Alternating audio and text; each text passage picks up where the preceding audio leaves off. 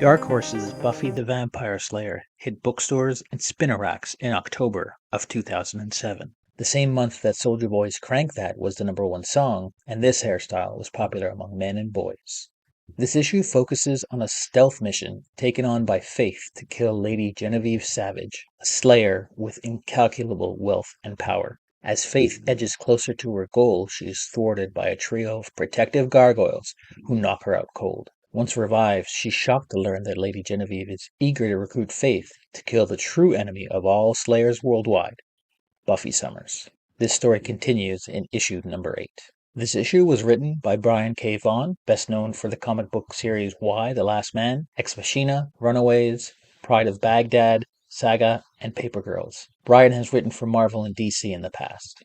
This issue was drawn by Georges Jeanty, a comic book penciler and illustrator best known for his work The American Way. In an interview exclusive to Read the Freaking Comics, George goes into detail about his experiences creating Buffy. My memories of working on Buffy the Vampire Slayer Season 8 are nothing but good. It was such a whirlwind time that you don't realize until you look back. I was working in a studio with a bunch of other guys who had various projects of their own, and when I got the Buffy gig, everyone kind of snickered because it seemed like such a middle-of-the-road project considering there were superheroes to draw. I took one look at the talent I was going to be working with, and with a little coaching from my future editor Scott Alley, I happily jumped into the Buffy train and didn't look back for the next 10 years. It was such a blast because Joss Whedon was actually working and writing a bunch of the scripts. I look back now and think how lucky I was to have gotten this gig. With no small amount of humility, we all went on to make history.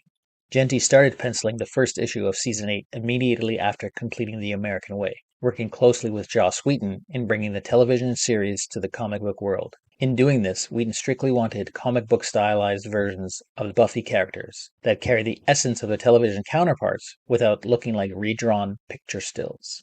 Andy Owens was the inker on this issue. Owens is a 20-year comic book veteran. He has worked on Superman, Batman, Nightwing, Green Arrow for DC Comics. He worked with Scott McDaniel on DC titles for more than 10 years. He also worked on X-Men, Wolverine, and Uncanny Inhumans for Marvel, and worked on Conan and Hellboy for Dark Horse Comics. Jill Chen, the cover artist, is best known for her highly detailed painted comic book covers. She established herself producing interiors and covers for titles including Dark Minds, Macropolis, Battle of the Planets, Robotech, Fight for Tomorrow, Taskmaster, The Demon, Thor, and Batman and Robin. Colorist Dave Stewart has been recognized for his work, winning multiple Eisner Awards for coloring. Stewart has worked for DC, Marvel, Dark Horse, and Image Comics. Letterer Richard Starkings is a British font designer and comic book letterer, editor, and writer. He's one of the early pioneers of computer-based comic book lettering and is one of the most prolific creators in the industry. The series is produced by Joss Whedon, who is best known as the creator of several television series like Buffy the Vampire Slayer and its spin-off Angel, the short-lived but beloved western Firefly, and sci-fi drama Dollhouse. Whedon has worked in the MCU, directing The Avengers and Avengers Age of Ultron, while also working on Agents of S.H.I.E.L.D. And this is all we're going to say about Joss Whedon. Let's just stick with the positive. This issue was edited by Scott Alley and Sarah Hahn. Alley was the editor and executive at Dark Horse Comics from 1994 to 2017. He edited series like Hellboy and The Umbrella Academy. Sierra Hahn has edited several comic books in Dark Horse Comics' Alien and Predator lines. She also worked on other titles, including the horror anthology Picsou and the supernatural action noir Mesmo Delivery, The Umbrella Academy, and the graphic novel Troublemaker. She also worked on the comic book tie-ins for Dr. Horrible's sing-song-along blog, Serenity, The Guild, and The Terminator. In February of 2023, Sierra Hahn left Dark Horse and was named the Oni Press new editor-in-chief. Here's some interesting tidbits about this issue. Earlier in the run, it was revealed that Dawn had been cursed, apparently as a result of sleeping with a thrice-wise demon while a college student, and is now a giant. Throughout her affliction, she spends a lot of time with Xander, to whom she reveals she was cursed as a result of cheating on Kenny with his roommate. In this issue, Dawn almost reveals to Willow the true reason of her curse, but is interrupted by Renee. Dawn will finally tell Xander in Anywhere But Here. The title, No Future for You, refers to a verse from the Sex Pistols song, God Save the Queen. According to Scott Alley in the previous issue's Slay the Critics, the entire story of No Future for You arc has its earliest roots in Joss and Brian talking about doing a Faith TV movie. This issue was the 7th best-selling comic in October of 2007, with 94,000 sales at comic specialty stores. Season 8 was originally supposed to consist of about 25 issues, but eventually expanded to a 40-issue run. This series also spawned a handful of spin-off titles, including a Tales of the Vampires follow-up and one-shots focusing on Willow and Riley. As a massive Buffy fan, I was delighted when Dark Horse announced they were starting a series based on the beloved TV show. To enforce the connectivity with the TV series, Dark Horse and Wheaton called the first volume Season 8, as the show ended at 7. Without the constraints of a TV-sized budget and limited visual effects, back in the early 2000s at least, the Buffy comic was able to explore new avenues, topics, monsters, and settings, which are all showcased in this one issue. Dawn's gigantism curse, gargoyle monsters with fantastic settings and beautiful medieval castles are just part of the norm for this series, and I'm here for it. Georges Jeanty and Dave Stewart's work on the series has been impeccable. Each character design has a likeness to their real-world counterpart, but are also unique to the comic series. The colors are rich and detailed throughout. Action panels are well laid out and keep you interested without being too overwhelming. I am such a huge fan of the entire Buffyverse, and was really excited to dive into Season 8 the moment it was released. I ordered the entire series from Things from Another World online. Things from Another World, or TFAW, is a great service that delivers comics in carefully sealed and protected envelopes that guarantees you get your comics in the best quality possible. This isn't an ad for them, by the way, but if any of them are listening, you know where to hit me up.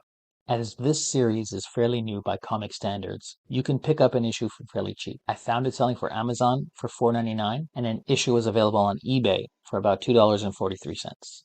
Dark Horse Comics is a comic book, graphic novel, and manga publisher founded in Milwaukee, Oregon by Mike Richardson in 1986. The company was created using funds earned from Richardson's chain of Portland, Oregon comic book shops called Pegasus Books. This issue was the 112th most popular comic book from 2007. Buffy #1 was listed as the 15th most popular. In 2007, the top 300 comics sold had a total retail price of $270 million, which was up 7% from the previous year and worth about $364 million today. Print comics industry-wide, including bookstores, clubs, and newsstands, totaled $660 to $700 million, or about $1 to $1.06 billion with a B today. In 2007, Dark Horse was in third place in terms of overall comics sold that year, with a 4.48 market share. Marvel and DC were fighting for 79%, while 16% was split between publishers and imprints like Image, Dynamic Forces, IDW, Viz, and Wizard. Dark Horse had a 5.61 share in overall dollars, equating to about $37 to $39 million. In the modern age of comics, advertisements are professionally created by a team of marketing and graphic design experts, and they are completely boring.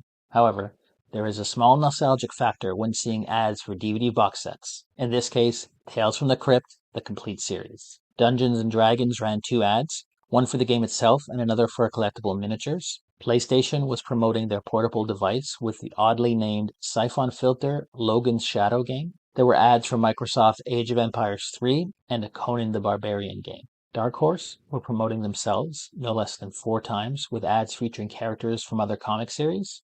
This is a clever marketing tactic. There are no ads for comic shops in this issue, so I completely randomly selected a comic shop that you may want to check out. If you find yourselves in Southern California, you should check out Heroes and Champions, located at 574 E El Camino Real in Sunnyvale, California, because we all know the Sunnydale location was destroyed when the Hellmouth swallowed the entire city. Thanks for checking out this video. If you want to see more, please hit like and subscribe. If you have suggestions for comics you want me to deep dive into, please leave a comment below.